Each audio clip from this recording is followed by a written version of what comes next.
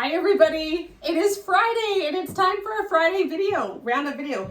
We are going to talk about sharks. Yes. And Doug Wilson. Yes. And Focus on the Family. Yeah, and we're not doing any of those three because of the amount of clicks that we get when we put them in the title. No, not at all. And we're not saying that Doug Wilson or Focus on the Family is a shark. That's up to you to decide. But the sharks has to do something else. Stay tuned. Yeah.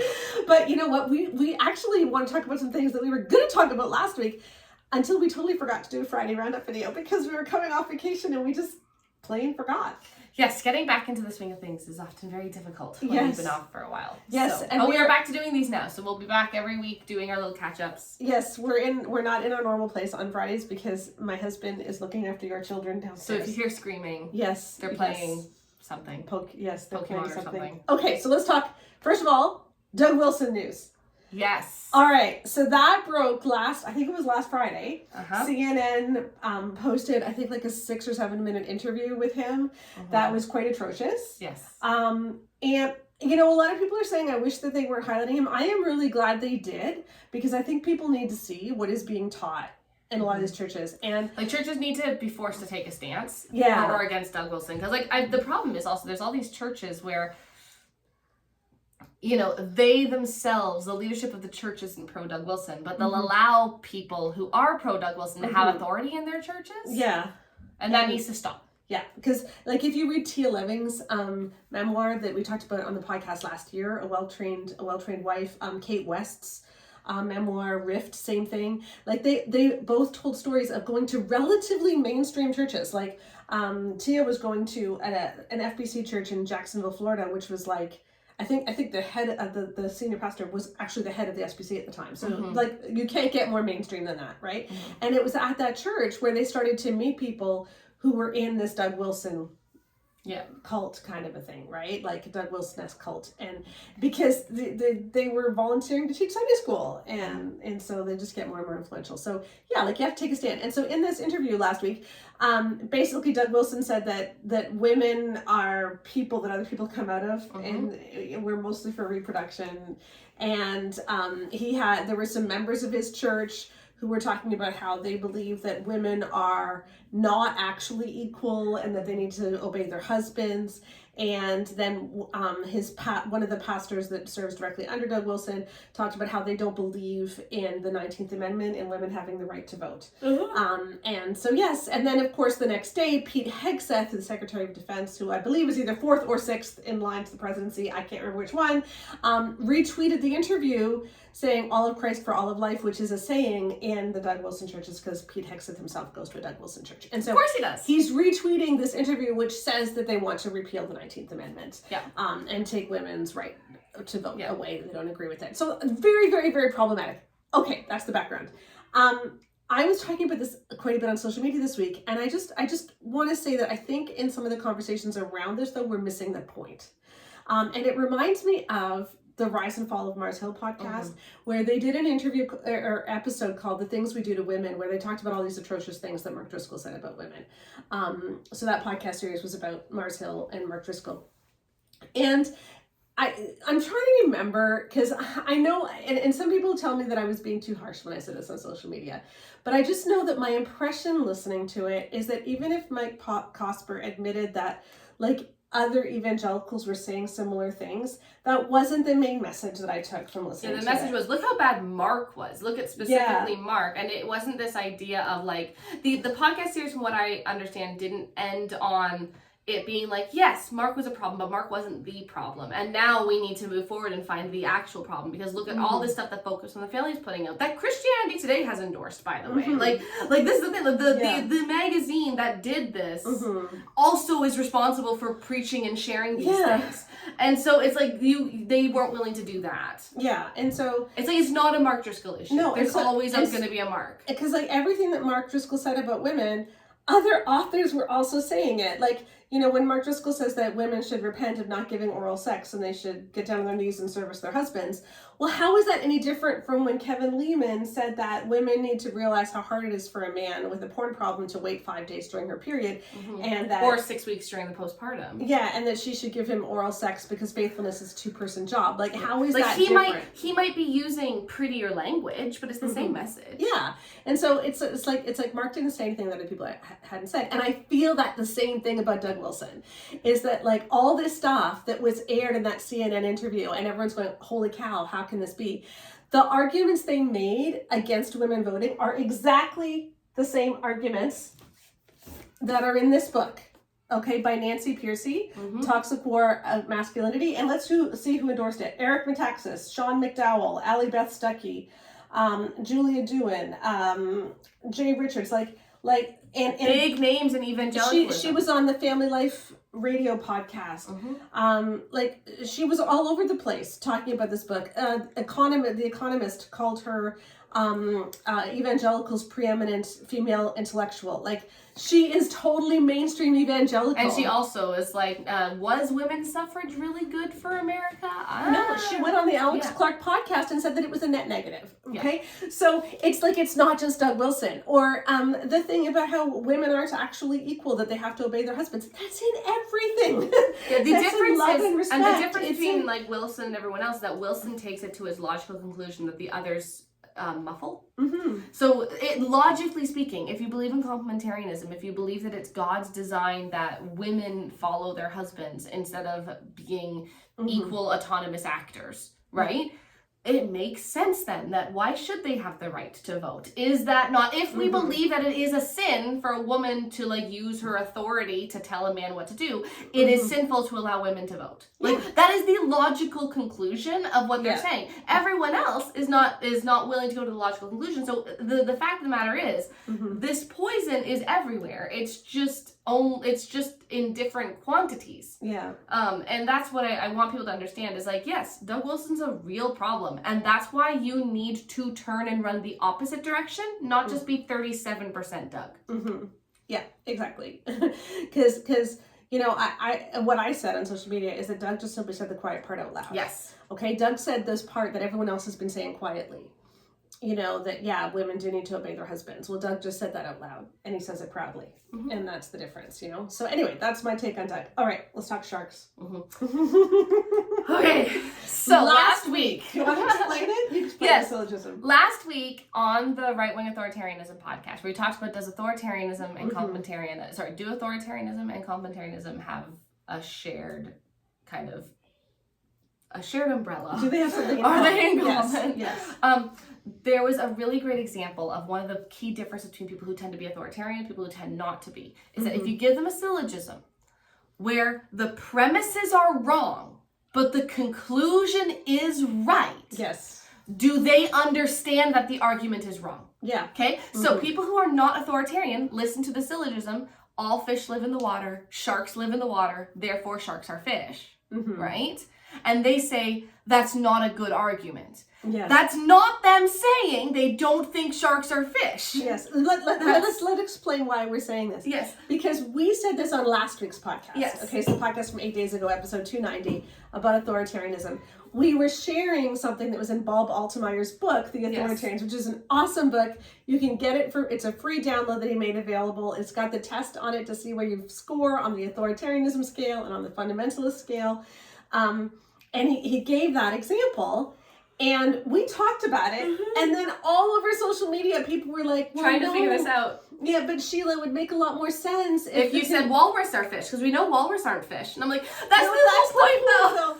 And so we want to explain why this is a problem. Yes. Okay, so because obviously we didn't explain it correctly or enough. Because I don't think that, because the entire point is that Bob Altemeyer found is that there is a certain group of people who cannot understand this because they have not been taught to think this way. Yeah. I don't think the people who all I'm saying is we've had a lot of our team go through this podcast and they all understood it. Yeah, I actually don't think just because you don't understand this doesn't mean you're an authoritarian. No. Okay, we had a lot of people in our patron group who are not authoritarian. Yes. Still not understand it because they grew up in churches and families that were authoritarian, so they were never really taught how to analyze an argument. Yes. So and that's sad because analyzing arguments is fun.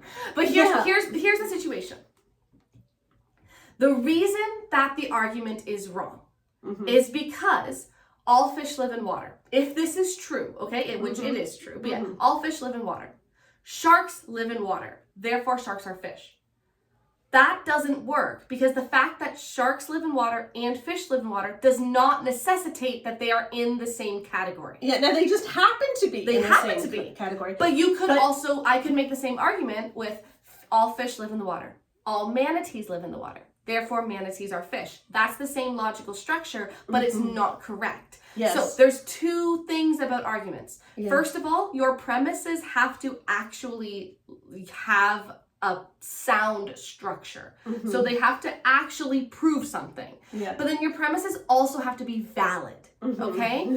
So we're dealing with an issue here where this is neither a sound nor a valid argument as a result. Anyway, it's just... So even if the conclusion is correct, it matters how you get there. And what Bob Altemeyer was saying in his book is that authoritarians tend to look at the conclusion first, and if they agree with it, they don't analyze the argument, because all they're looking for is that what they believe is true is true. And so this is what happens in evangelical circles is we already know the right answer, don't we? And so we're going to make sure the pastor is saying the right answer, and as long as the pastor is saying the right answer, we don't actually care how he got there. Well, and this also is something to watch for if you're leaving evangelicalism, but this is where you were raised. This is what you're used to, because I see this a lot in people who are coming out of evangelicalism. When we talk about we leave evangelicalism, but we don't leave the fundamentalism, this is one of the ways we do it, right? So we hear from people all the time who then start just looking for the conclusions of what other people say. It's like, well, I like that conclusion, so then what they said before must be correct. Yeah. And that's not always the case. Or what they do is they don't like the conclusion, and so they assume the argument. And this is what we get far more often. We get that is when people don't like our conclusion, they assume our argument is wrong. They don't actually engage with the argument. Yeah. They don't look at the argument and test the argument. They say, well, that's not true because that wasn't my experience. I'm like, that's not what we said. Yeah. And so this is why it's important to look at the argument before you analyze the conclusion, whether it's valid or not. Okay. And we had another perfect example of this last Friday. We did. It was so funny. And if you're listening to this and you're one of the people we're about to talk about, we say this in all love. We do. We say this in all love, but you were such a perfect example of not being able to deal. So I need to explain. So we have a mailing list of about 45,000 emails. If you don't know that already, get on it. I write a unique email every week, and it's good. It's so good that our open rate is like double the industry average. At least. I think it's more than that. Yeah, it's more like triple the industry average. Yeah. Like people open her email. More people read what she writes on Friday than read what I write throughout the week. Okay. So in the blog, so it is really good, and you'll only ever get access to it on the email list. So I'll put a link. Yeah, every now and then we put like one or two up as blog posts over the year, but very rare. So I will put a link in the YouTube notes on how you can sign up to our email list. So last week, Rebecca wrote this really thoughtful article about an update that Focus on the Family put on their Facebook page. And she read it to me, because she always reads it to me. She writes it, she reads it to me, make sure my emails can be a little bit spicy, and so I have to let down. But I thought this one was lovely. It was about kids and everything, and she sent it off. And then my assistant Tammy, who goes through my emails, came home from vacation on Sunday, and she called me and said, Sheila, we have dozens upon dozens of emails of people saying, do you think Jesus isn't the only way to God? Because like, do you not believe in salvation? Do you not believe? What did Rebecca write on Friday? And I'm like, Rebecca wrote about children and how we're supposed to let our kids love the children in their school class and see those kids as friends. Like, I have no idea what you're talking about. So we went back to the email to see where people were coming from. And we now understand. And it's such a perfect example. So here, do you want to read what Focus on? I'll explain what you read it, and then I'll explain what I wrote and what happened after. Okay. So we took this update from Focus on the Family, and Rebecca put a picture of it in her email. And here's what Focus on the Family said. Growing up in a society that professes to value tolerance will challenge your children's faith. They may be called intolerant and hateful for claiming that Jesus is the only way to God. When your children sit in a classroom of Hindus, Buddhists, Muslims, and atheists, will their faith in Jesus stick? To withstand this pressure, your children need a secure knowledge of who Jesus is and why he is the only way.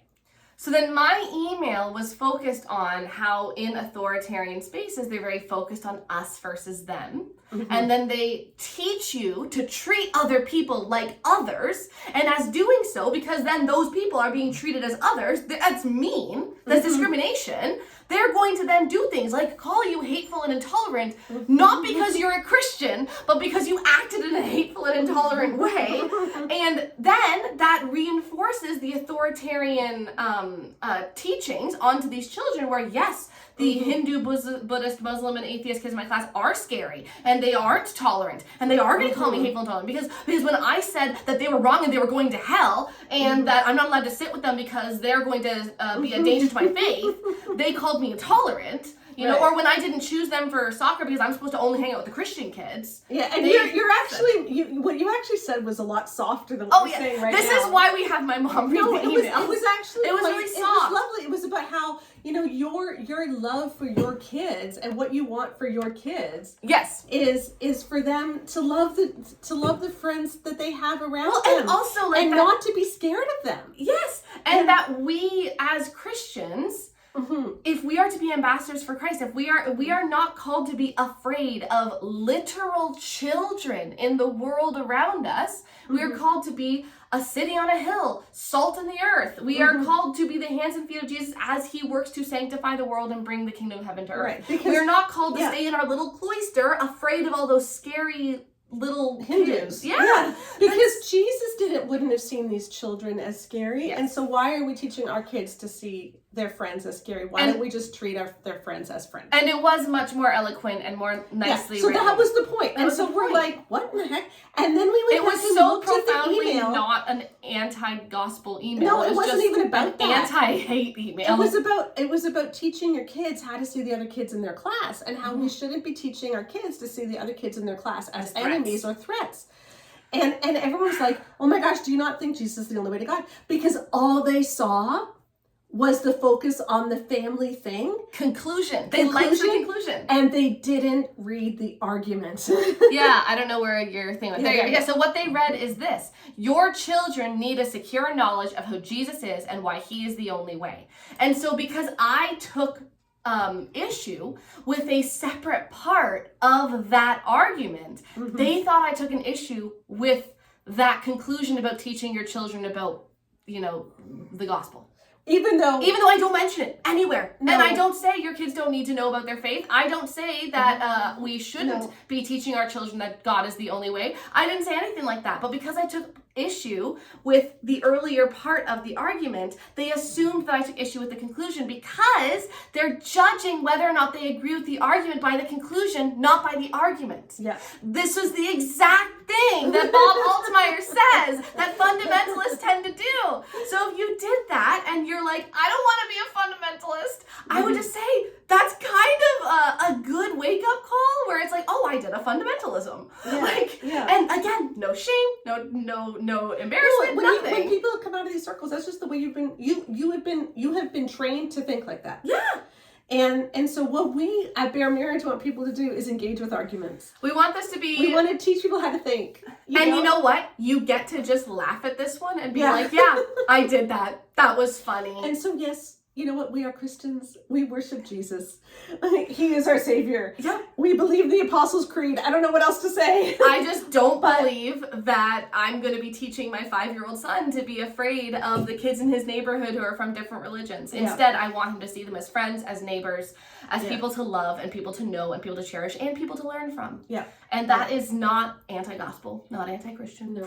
And so just make sure that you're not judging whether or not you agree with the premises by whether or not you agree with the conclusion. Because the conclusion isn't always built on solid ground. And this is how Focus on the Family makes inroads. Yes. It's because they take these they take grains of truth. Like teach your kids dog whistles. Teach your kids about why about teach your kids to have a strong foundation in their faith, and then they tie it with also that little Buddhist girl in your kid's class is a threat to his salvation, and like that's if most people who agree with the first part, the thing about teaching your kids about their faith, if you were given the thing about how kids of different faiths are threats to your child and need to be like warned against on its own, they wouldn't agree with it. Yeah. But because it's paired something that they do agree with, they agree with it. Yeah. That's what you need to look for.